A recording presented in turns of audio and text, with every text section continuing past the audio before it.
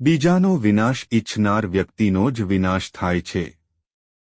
ભગવાન શિવ અને મહર્ષિ દધીચીના પુત્ર પીપલાદની પ્રેરણાદાયી કહાની અહીં જણાવી રહ્યા છીએ, જેમાં સમજાવવામાં આવ્યું છે કે આપણે બીજાનો વિનાશ ઈચ્છીએ છીએ ત્યારે તે વિનાશની શરૂઆત તો આપણાથી જ થાય છે.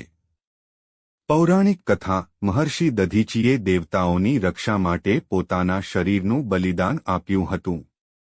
એમના હાડકાને લઈને વિશ્વકર્માએ વજ્ર બનાવ્યું હતું. આ વજ્રની સહાયતાથી ઇન્દ્રએ વૃત્રાસુરને મારી સ્વર્ગ ઉપર ફરી કબજો કર્યો હતો. દધીચીના પુત્રનું નામ પીપલાદ હતું. તે પણ પોતાના પિતા દધીચીની જેમ તેજસ્વી હતો. તે પોતાના પિતા સાથે થયેલા વ્યવહાર માટે દેવતાઓને દોષિત માનતો હતો. તે એવું માનતો હતો કે પોતાના સ્વાર્થ માટે દેવતાઓને પોતાના પિતાના હાડકાને માંગતા જરા પણ શરમ આવી ન હતી.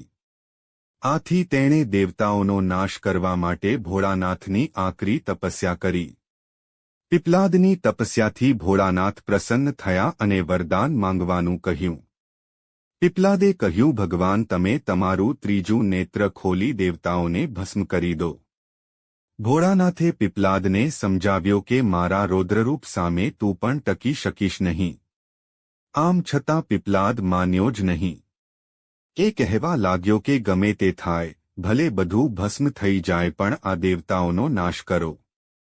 બાળહટ સામે ભગવાન શિવ મંદ મંદ હસવા લાગ્યા અને કહ્યું કે હું તને હજુ એક અવસર આપું છું. હું તને દિવ્ય દ્રષ્ટિ આપું છું અને તેનાથી તું મારા રૌદ્ર સ્વરૂપના દર્શન કર.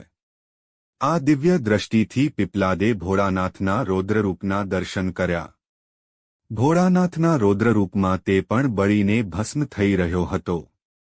તે એકદમ ડરી ગયો અને ભોળાનાથની ક્ષમા માંગી કહેવા લાગ્યો કે ભગવાન, મેં દેવતાઓને ભસ્મ કરવાનું કહ્યું, પરંતુ તમે તો મને જ ભસ્મ કરવાની શરૂઆત કરી દીધી.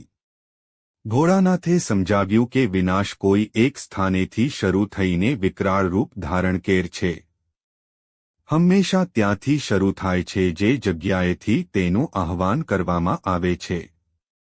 બીજાનું અમંગળ ઈચ્છવાથી પોતાનું જ અમંગળ થાય છે. ગુસ્સામાં લેવામાં આવેલા નિર્ણયથી ભવિષ્યમાં પસ્તાવું પડે છે. તારા પિતાએ જે કંઈ કર્યું તેનું તારે ગૌરવ અનુભવવું જોઈએ. પીપલાદે ફરી ભોળાનાથની માફી માંગી.